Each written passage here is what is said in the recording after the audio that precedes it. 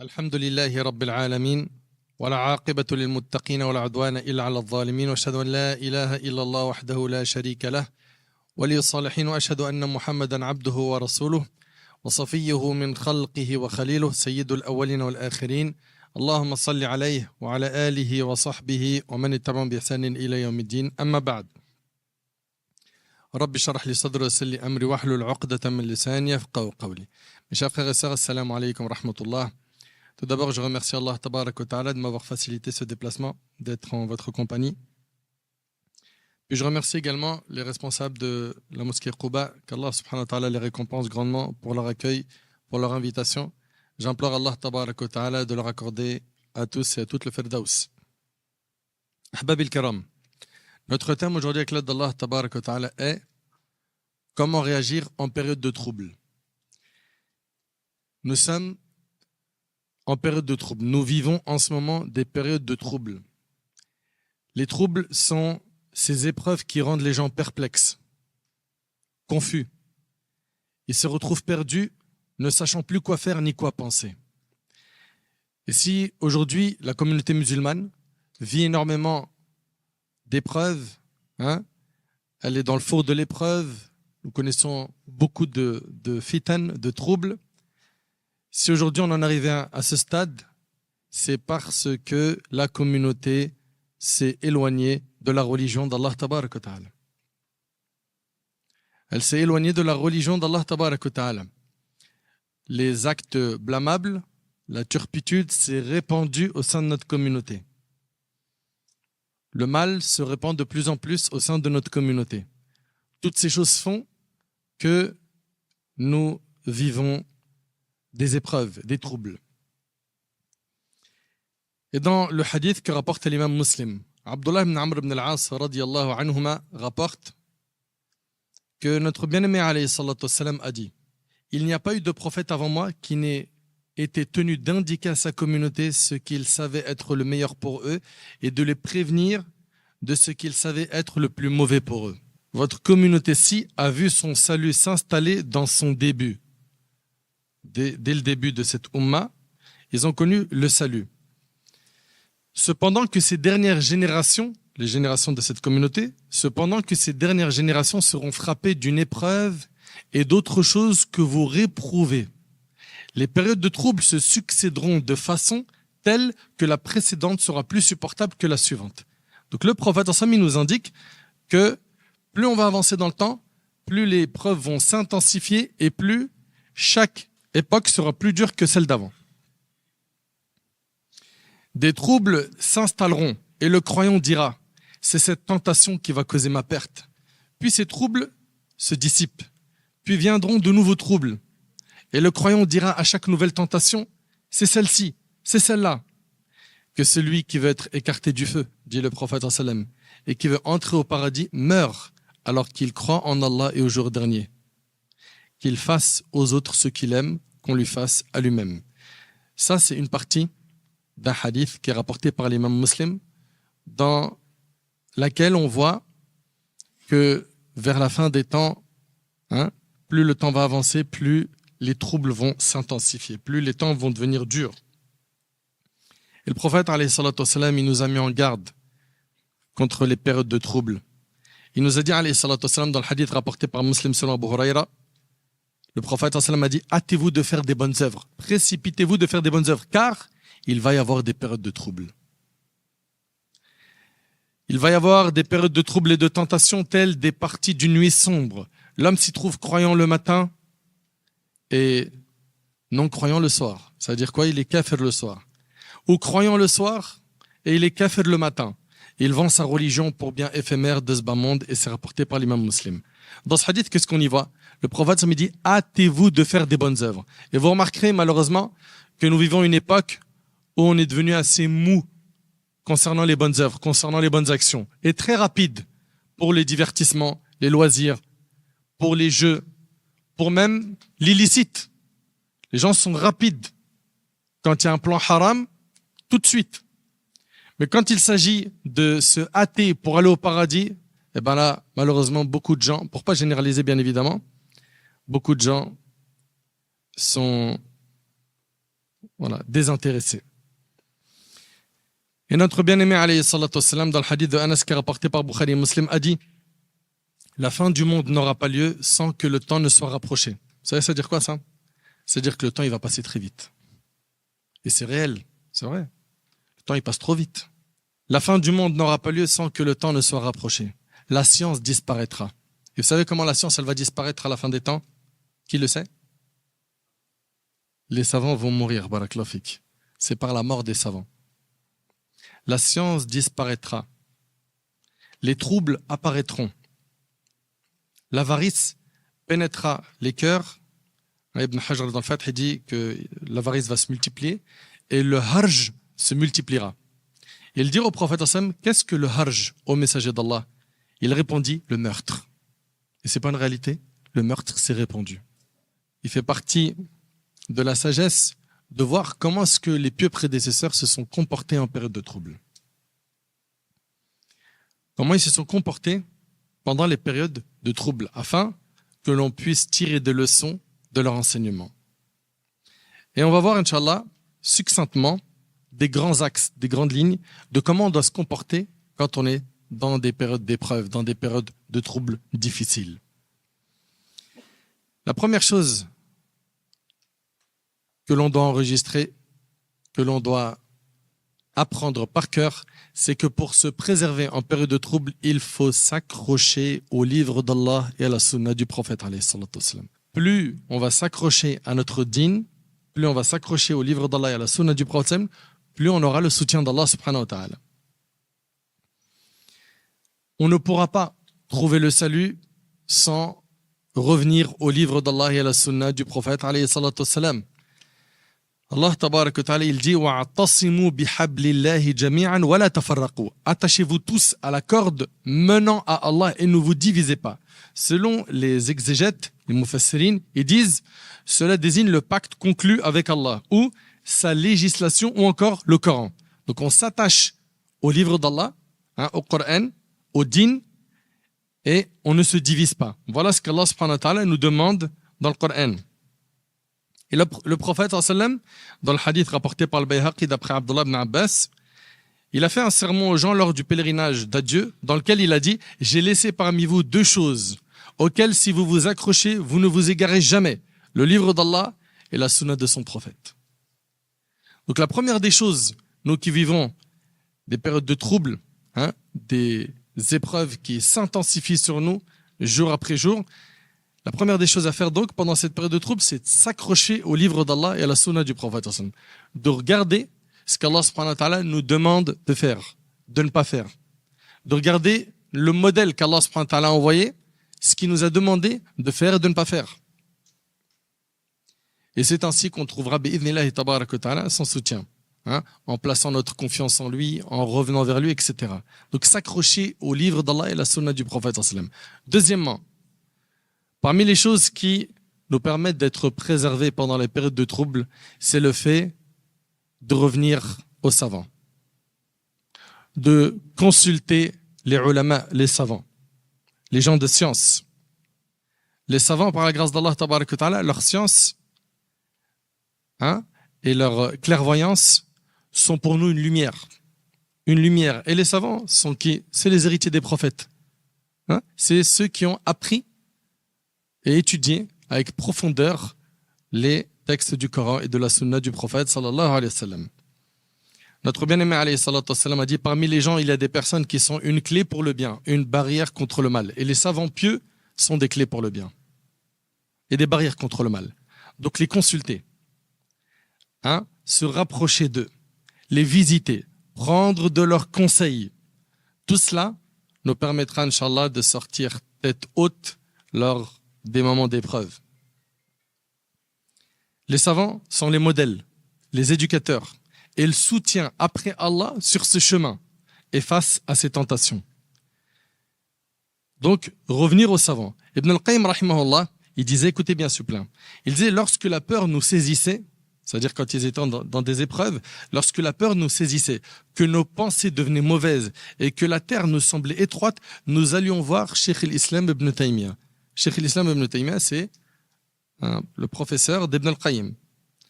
Nous allons voir Cheikh l'Islam Ibn Taymiyyah. Il nous suffisait de le voir et d'entendre ses paroles pour que tout cela disparaisse de nous. Il suffisait qu'ils rencontrent leur cheikh, qu'ils s'assoient avec lui, qu'ils entendent ses paroles pour que la peur quitte leur cœur. Pourquoi? Parce que les savants sont clairvoyants. Les savants sont ceux qui maîtrisent le mieux les textes du Coran et de la Sunna et qui savent comment on doit réagir dans telle et telle circonstance. Parmi les choses qui nous aident à tenir pendant les périodes de troubles, c'est le fait de rester unis. Et ça, malheureusement, on a beaucoup de failles sur l'union. Pourquoi? Il y a des problèmes d'ego. Moi, je ne veux pas m'unir avec lui parce que moi, j'estime que c'est moi qui a mon mot à dire, que c'est pas lui, moi. Hein, le syndrome du moi. Malheureusement, on a beaucoup de gens qui ont du mal avec le mot union. Et nos textes nous invitent à nous unir, à rester unis. Allah Azza wa Jalla dit wa'tasimu bihablillahi jami'an wa la tafarraqu. Attachez-vous tous à la corde menant à Allah et ne vous divisez pas. Et le prophète alayhi salatu wassalam, dans le hadith qui est rapporté par At-Tirmidhi, selon Omar, il a dit soyez en groupe et prenez garde à la division. Et dans le même hadith, le prophète sallallahu alayhi wa sallam a dit celui qui va avoir comme demeure le meilleur endroit du paradis, qu'il s'accroche au groupe. Et Abdullah ibn Mas'ud radiyallahu anhu conseilla à ceux qui l'interrogeaient sur les tentations, il a dit craignez Allah et soyez patients jusqu'à ce que le pieux trouve le repos ou que l'on soit débarrassé du méchant. Restez avec la communauté al-Jama'a, car Allah ne rassemble pas la communauté de Mohammed sur l'égarement. Donc l'union. Donc là, j'aimerais bien que ces choses-là soient enregistrées. La première chose qu'on doit faire quand on est en période de trouble, c'est quoi? C'est s'accrocher au livre d'Allah et à la sunna du prophète. 2. Revenir aux savants. S'il vous plaît, prenez note. Je vais vous poser des questions après, Inch'Allah. Okay? Troisièmement, c'est de rester unis. Okay? Avec le Jama'a. Également, le fait de s'armer de science. Parce que celui qui a la science, il voit les choses avec un regard religieux, hein, avec profondeur. Celui qui a l'ilm shara'i, qui a la science religieuse, lui, il sait ce qu'Allah subhanahu wa ta'ala veut de lui, hein, dans telle circonstance, hein, et qu'est-ce qu'il faut éviter dans telle circonstance. Mais al-jahl, quand tu es ignorant, ben, tu laisses place qu'à la haine, les émotions, et tu n'es pas dirigé par le Coran et la Sunna. Et ça, c'est un problème. Ça, c'est un vrai problème. Oui, j'aime énormément la religion. Qu'Allah te récompense. On est hyper content de te voir aimer la religion, tu es jaloux pour ton dîn. Mais tu dois être cadré par le Coran et la Sunna à tout moment. À tout moment. Et ça, c'est ce qui fait défaut à beaucoup de jeunes, pour ne pas généraliser. Les jeunes, dès qu'ils voient de l'islamophobie ou une injustice ou autre, eh ben, tu les vois très chauds et avec les émotions, hein, ils s'emportent souvent et disent et font parfois des choses qui sont regrettables. Eh ben, à nous de nous armer de science. À nous de nous armer de science. Le prophète sallam a dit, en vérité, des grandes épreuves frapperont ma communauté à la fin des temps. Et seuls échapperont à ces épreuves ceux qui auront connu la religion d'Allah. C'est clair. C'est très clair. En vérité, des grandes épreuves frapperont ma communauté à la fin des temps, et seuls échapperont à ces épreuves ceux qui auront connu la religion d'Allah. Ils l'ont étudiée auprès de gens de science. Et seuls échapperont à ces épreuves ceux qui auront connu la religion d'Allah et l'auront défendue avec leur langue et leur cœur. La science religieuse permet d'être préservé pendant les périodes de trouble. Car la science te permet d'avoir la clairvoyance al-basira. Toute personne qui n'a pas la science se retrouve souvent perdue pendant les périodes de trouble. Ibn Taymiyyah rahimahullah, il a dit, lorsque la lumière de la prophétie cesse de briller parmi les gens, c'est-à-dire il n'y a plus de science. Écoutez bien, c'est très profond. Cheikh l'Islam Ibn Taymiyyah rahimahullah, il dit, lorsque la lumière de la prophétie cesse de briller parmi les gens, ils tombent dans les ténèbres des épreuves. Ils tombent dans les ténèbres des épreuves. Les innovations et les immoralités se multiplient et le mal se répand parmi eux. Donc il faut impérativement apprendre le dîn d'Allah, impérativement étudier la religion d'Allah. Vous avez le temps pour les écrans, vous avez le temps pour le sport, vous avez le temps pour vos amis. Vous n'avez pas 3-4 heures à sacrifier de votre temps pour apprendre dans un institut auprès d'un cheikh la religion. Franchement, 3-4 heures par semaine, ça coûte quoi? La connaissance religieuse, on l'obtient auprès des gens de science. Ne pensez pas que j'achète plein de livres, je côtoie pas de gens de science, c'est bon, je deviens quelqu'un de mutamakin. Hein, je suis compétent dans la science religieuse. Non. L'imam Malik, rahimallah, on lui a dit, est-ce qu'on peut prendre la science d'une personne qui n'a pas étudié chez les savants? Il a dit non. Et il a été dit, quiconque a pour shir son livre, ses erreurs seront plus nombreuses que sa bonne compréhension des textes religieux. C'est réel. C'est réel. Et il a été dit également, parmi les plus grandes catastrophes, on a le fait de prendre les feuillets pour shir. Parce que ce que tu vas lire dans un livre, tu peux mal le comprendre. Et le savant, lui, il est là pour justement faire en sorte que ta compréhension soit bien fine. Donc jusqu'à là, on a dit quoi? Pour se préserver des troubles, il faut revenir au livre d'Allah et à la sunna du prophète. 2, revenir au savant. 3, rester unis. 4, étudier la science. Très bien. Également, parmi les choses qu'il faut pendant les périodes de troubles, c'est le fait de prendre du recul. Prendre du recul, ne pas être hâtif dans ses jugements. Prendre le temps d'analyser la situation. Il arrive des fois qu'un scandale éclate sur le net, ok, ça touche la communauté musulmane, et les gens ne prennent pas de recul. Tout le monde réagit. Tout le monde a son mot à dire. C'est vrai ou c'est pas vrai? Tout de suite. Ah, il aurait dû, il aurait pas dû. A'oudou billah, pourquoi il a fait ça? Pourquoi il a fait ça? C'est grave. Doucement. T'as même pas les tenants aboutissants. T'as même pas vérifié les témoignages, les preuves. La personne qui accuse le plaignant ou la plaignante, c'est un inconnu qui vient sans preuve ou avec des preuves qui sont à moitié bancales. Et toi, tu prends ça, tu fais copier-coller et tu transfères. On vit dans quel monde? On vit dans quel monde? Donc prendre du recul et faire preuve de douceur. Prendre le temps d'analyser les choses. Selon Aïcha radhiyallahu anha, le prophète sallallahu alayhi wa sallam a dit, quand la douceur est dans quelque chose, elle ne peut que l'embellir, et quand elle est retirée d'une chose, elle ne peut que l'enlaidir, rapporté par l'imam Muslim. Donc, quand la douceur est dans quelque chose, elle ne peut que l'embellir. Tu ne regretteras pas de faire usage de douceur. Tu ne perdras pas en t'arrêtant un instant pour réfléchir, analyser les choses dans leur ensemble et à tous les niveaux, et ne sois pas hâtif. Allah tabarak wa ta'ala a blâmé le fait d'agir dans la précipitation. Il a considéré cet acte comme un mal.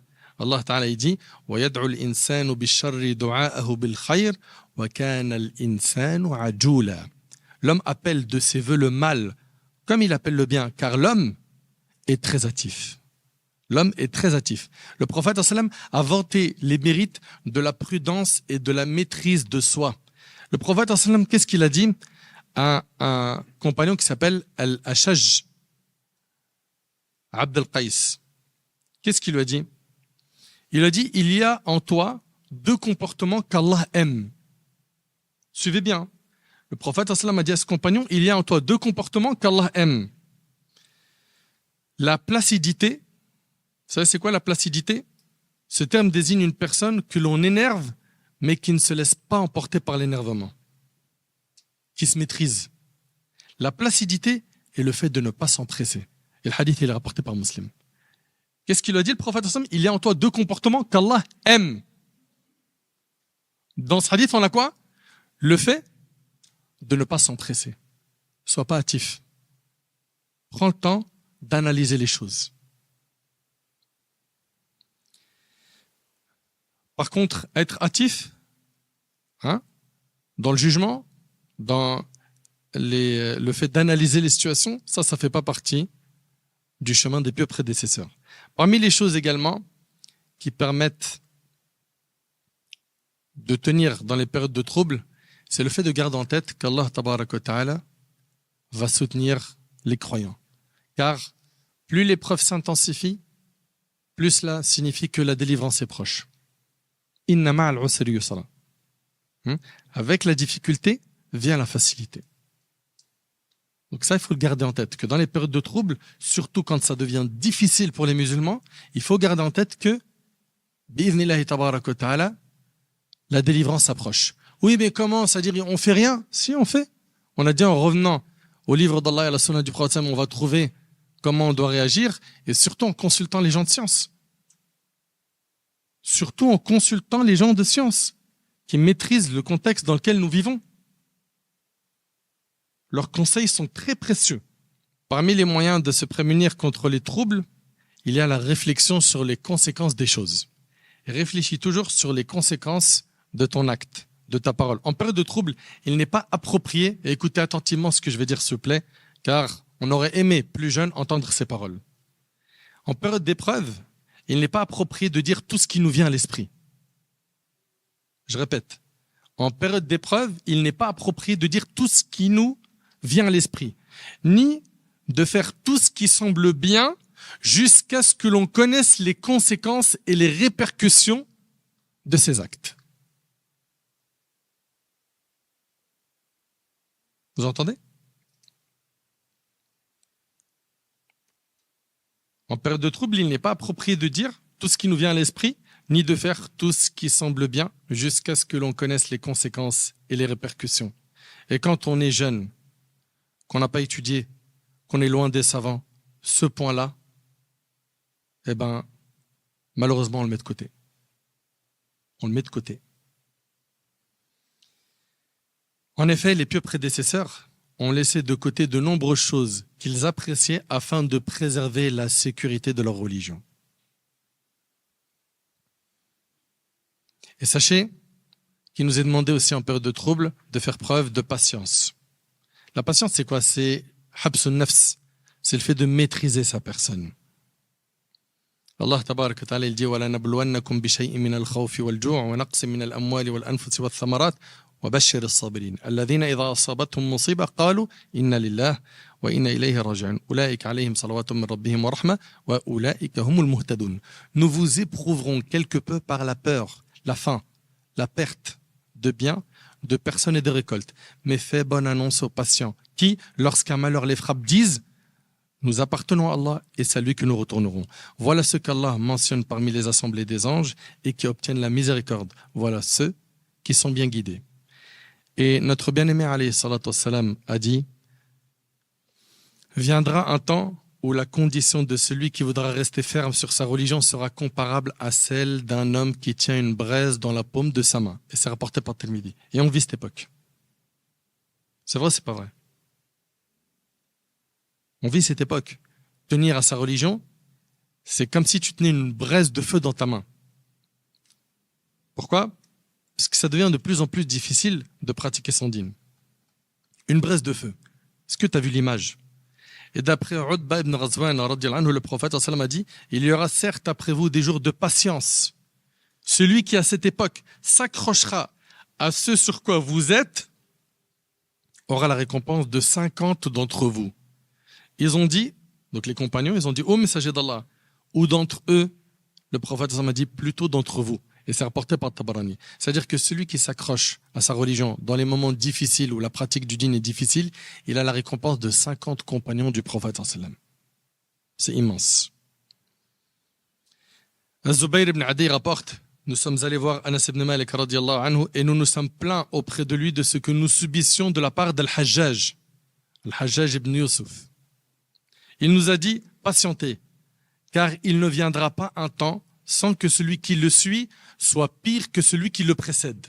Jusqu'à ce que vous rencontriez votre Seigneur, j'ai entendu cela de votre prophète.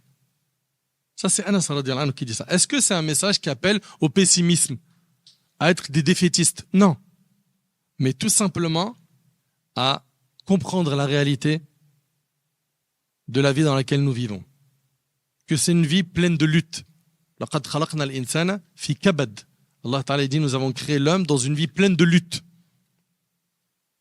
Il va falloir faire des efforts pour t'en sortir, pour tenir à ta foi, pour bien éduquer tes enfants. J'ai envie de revenir sur ce point qui est très important, c'est de n'émettre de jugement que lorsqu'on a une vue correcte du sujet. De n'émettre un jugement, quel qu'il soit sur une question donnée, que lorsqu'on a tous les éléments en main pour pouvoir juger. Dans le cas contraire, le jugement sera totalement faux et même injuste. Vous savez, dans les périodes de troubles, les rumeurs se propagent.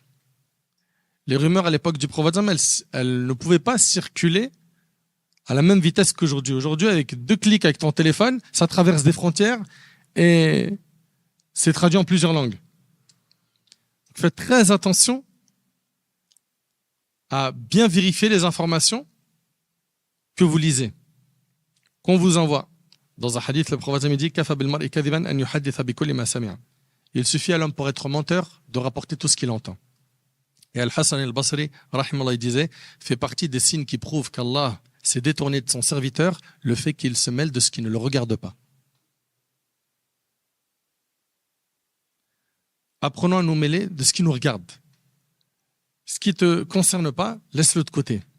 Omar radiyallahu anhu, il a dit, méfiez-vous des tentations, car la chute de la langue dans celle-ci est semblable à la chute de l'épée. Allah tabarak wa ta'ala nous a interdit de nous prononcer sur un sujet dont nous n'avons aucune connaissance. Et dans les périodes de trouble, les rumeurs et les mensonges, tout circule et on se prononce sans connaissance sur ces sujets-là. C'est grave.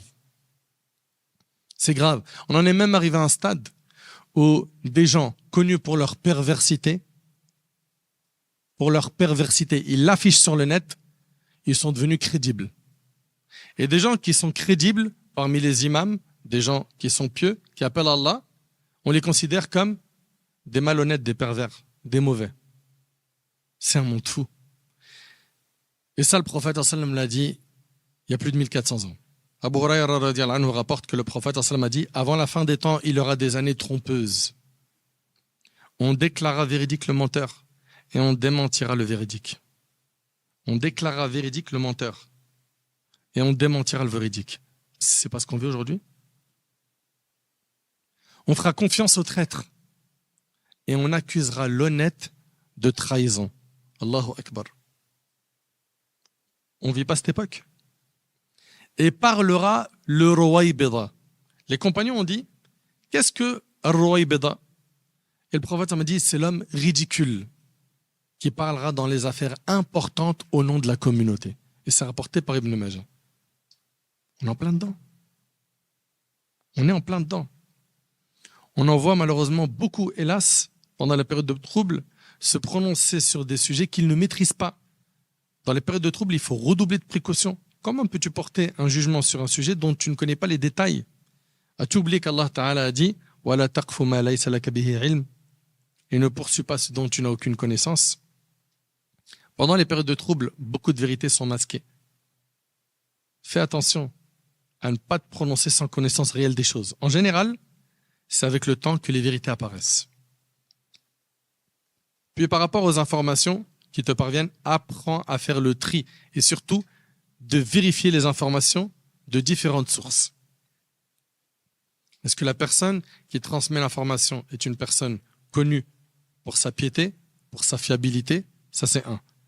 Est-ce qu'elle rapporte des preuves concrètes acceptées par notre dîn? Oui ou non? Tout ce travail, malheureusement, il n'est pas fait par beaucoup de gens. Et on prend pour argent comptant ce qu'on entend sur le net et copier-coller, transfert, envoie. Parce que de toute façon, c'est ça le croustillant que les gens aiment. Alors qu'en faisant ça, tu peux prendre beaucoup de péchés. Parmi les choses également à faire pendant les périodes de troubles, c'est le fait de s'éloigner des troubles, des fitanes. Le prophète alayhi salatu wassalam a dit, il y aura des épreuves où celui qui reste assis sera meilleur que celui qui se tient debout. Et celui qui se tient debout sera meilleur que celui qui marche. Et celui qui marche sera meilleur que celui qui court. Qu'est-ce que veut dire ce hadith? L'imam al-Nawawi rahimallah, il dit que ça indique son grand danger. Il y a ici un encouragement à les éviter, à s'en éloigner, à s'éloigner des troubles et à ne pas s'accrocher à quoi que ce soit qui en relève.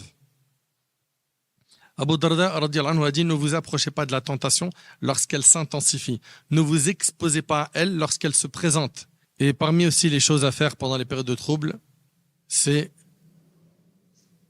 être quelqu'un d'équitable. Rester juste dans ses propos, dans son jugement. Allah Ta'ala dit: وَإِذَا قُلْتُمْ فَعَدِلُوا وَلَوْ كَانَ ذَا قُرْبَى. Lorsque vous parlez, soyez équitable, même s'il s'agit d'un proche parent. Allah Ta'ala il dit: يَا أَيُّهَا الَّذِينَ آمَنُوا كُونُوا قَوَّامِينَ لِلَّهِ شُهَدَاءَ بِالْقِسْطِ وَلَا يَجْرِمَنَّكُمْ شَنَآنُ قَوْمٍ عَلَىٰ أَلَّا تَعْدِلُوا اعْدِلُوا هُوَ أَقْرَبُ لِلتَّقْوَى. Ô vous qui croyez, respectez scrupuleusement vos devoirs envers Allah et ne témoignez qu'en toute équité, que l'aversion qu'éprouvent les infidèles pour vous ne vous incite pas à être injuste. Soyez équitable, cela est plus proche de la piété. Soyons donc justes pendant les périodes de trouble. Cheikh Al-Uthaymin, rahimallah, il a dit: je vous recommande, ô mes frères, d'être justes dans toutes les affaires, de les équilibrer, de juger en faveur de ce qui est le plus fort et de rendre un jugement égal lorsque les choses sont égales. C'est un grand principe sur lequel l'homme sage doit s'appuyer dans sa marche vers Allah et dans sa relation avec les serviteurs d'Allah, afin qu'il soit équitable, car Allah aime les justes. Fin de citation. Également, parmi les choses qu'il faut faire pendant les périodes de trouble, c'est comprendre que les épreuves sont un filtre dans nos rangs, qui nous permettent de distinguer les bons des mauvais, les personnes qui travaillent pour le dîn et les hypocrites. Donc ce n'est pas mal.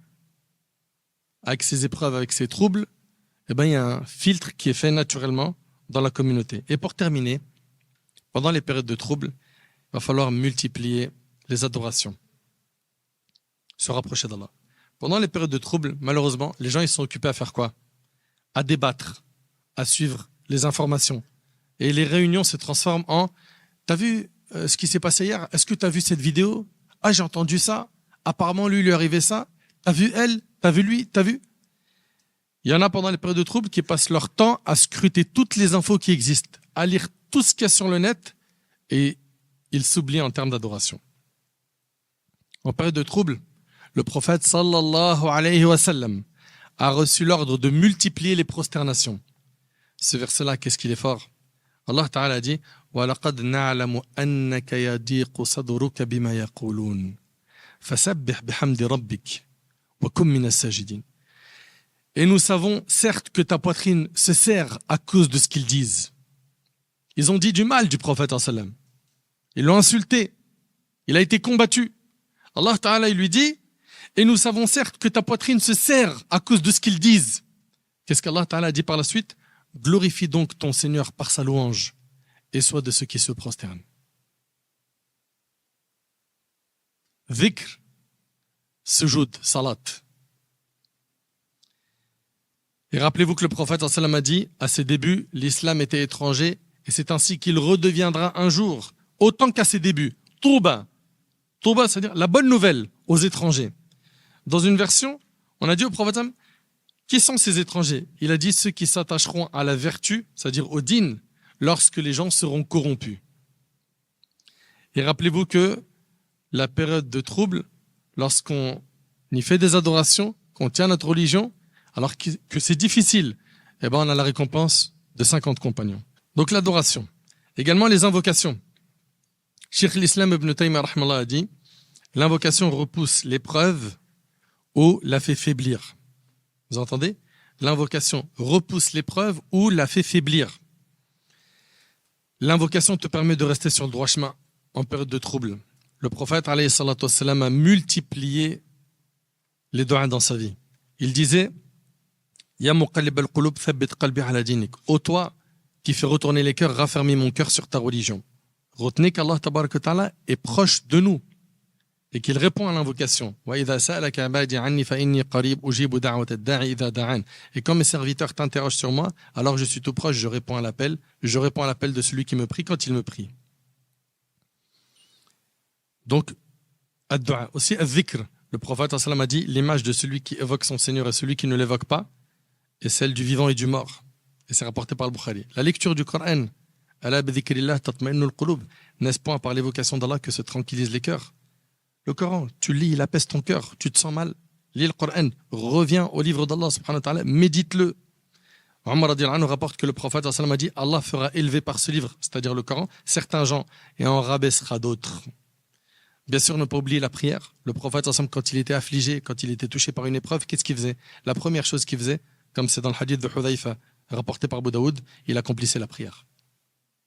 Tu te sens mal? Ça va pas? Prie. Rapproche-toi d'Allah par la salat. Le prophète sallam a dit, Allah Ta'ala a dit, ô fils d'Adam, soumets-toi à mon adoration. Je remplirai ton cœur de richesse et compenserai ta pauvreté. Mais si tu ne le fais pas, je t'accablerai de problèmes et ne compenserai pas ta pauvreté. C'est rapporté par l'imam al-Tirmidhi. Surtout ne pas oublier de fréquenter des bonnes personnes. Car, comme on dit, as-sahib sahib, le compagnon accompagne, soit dans le bien, soit dans le mal. Faites très attention à votre fréquentation. Le prophète il a dit l'homme prend la religion de son ami intime, que chacun prenne garde de qui il prend comme ami. Choisissez des amis qui vous rapprochent d'Allah, qui vous rendent meilleurs. Et écartez-vous de ceux qui vont vous amener à vous éloigner d'Allah tabaraka wa ta'ala et à être mauvais. Et le prophète il disait ta'awadhu billah min al-fitan ma dhahara minha wa ma batan. Cherchez refuge auprès d'Allah contre les tentations, celles qui sont apparentes et celles qui sont cachées. Et c'est rapporté par Muslim selon Zayd radiyallahu ta'ala anhu. Voilà mes chers frères, mes chères sœurs, succinctement le comportement que doit avoir le musulman et la musulmane en période de trouble, et j'aimerais qu'on puisse revoir ensemble les points qui ont été cités. Alors, on en a cité beaucoup. J'aimerais qu'il y ait de l'entraide. Comment faire pour se préserver en période de trouble? 1. S'accrocher au Coran et à la Sunna. 2. Revenir aux savants. C'est hyper important. C'est hyper important. Attention, quand on dit revenir aux savants, les savants, nous, on les place là où l'islam les a placés. Allah Ta'ala les a valorisés. Le prophète les a valorisés. Pourquoi? Parce que c'est les héritiers des prophètes. D'accord? Nous, ni on dénigre les savants comme le font certains, ni on les adore et on exagère envers eux en ce qui concerne notre amour que l'on porte pour eux. Non. On les aime pour Allah subhanahu wa ta'ala et on les a placés là où l'islam les a placés. D'accord? Sans exagération, sans négligence. Zid, revenir aux savants. 3. L'union. Ensuite, étudier la science. C'est hyper important. Étudier la science, tout le monde peut le faire. Tout le monde peut le faire. Et on doit le faire, parce qu'on en a besoin. Parce qu'en apprenant la science, tu apprends à connaître Allah. Plus tu vas apprendre à connaître Allah, plus tu auras de la pudeur envers lui. Plus tu vas lui obéir, plus tu vas t'éloigner de ce qu'il a interdit. Plus tu vas l'aimer. Et donc, ton adoration aura un autre goût. Toi qui fais la prière aujourd'hui, c'est des gestes mécaniques où tu sais même plus, tu as fait 3 ou 4 rak'at, tu la savoures pas, tu la fais juste parce qu'il faut la faire, eh ben, tu vas prendre le temps de la faire et tu vas l'aimer. Et tu vas savourer chaque instant dans la salat. Quoi d'autre? Avoir du recul, barakallahu fik. Avoir du recul. On a une épreuve qui touche les musulmans ou une partie des musulmans. Prendre du recul. Analyser avec douceur la situation. Zid. La science, on en a parlé, barakallahu fik. La patience, oui, la patience face aux épreuves. Très très bien. Quoi d'autre? Naam. S'éloigner des troubles, ne pas s'exposer aux épreuves. Très bien. Quoi d'autre? Être équitable. Prendre le temps d'analyser les informations. D'accord? Quoi d'autre? La fréquentation. Oui? Multiplier les actes d'adoration. Très très bien. Quoi d'autre? Les invocations. Donc les invocations, la prière, le dhikr, la lecture du Coran, c'est très très très très très bien. Barakallahu fikum. Très bien. On a fait le tour des grands points concernant ce sujet. On a dit aussi de faire preuve d'équité, de justice, que ce soit envers un proche ou un étranger, que ce soit envers un musulman ou un non-musulman, on se doit d'être du côté de la justice. Tout le temps. Tout le temps. Et aussi de garder en tête que lorsque l'épreuve s'intensifie, c'est que la délivrance est proche. Ça, gardez-le en tête, barakallahu fikum. Voilà, on a fait le tour de ce sujet succinctement. J'implore Allah tabarak wa ta'ala de nous préserver des troubles et des tentations. J'implore Allah tabarak wa ta'ala de faire de nous des pieux. J'implore Allah subhanahu wa ta'ala de nous accorder une science utile. J'implore Allah subhanahu wa ta'ala de nous rendre clairvoyants.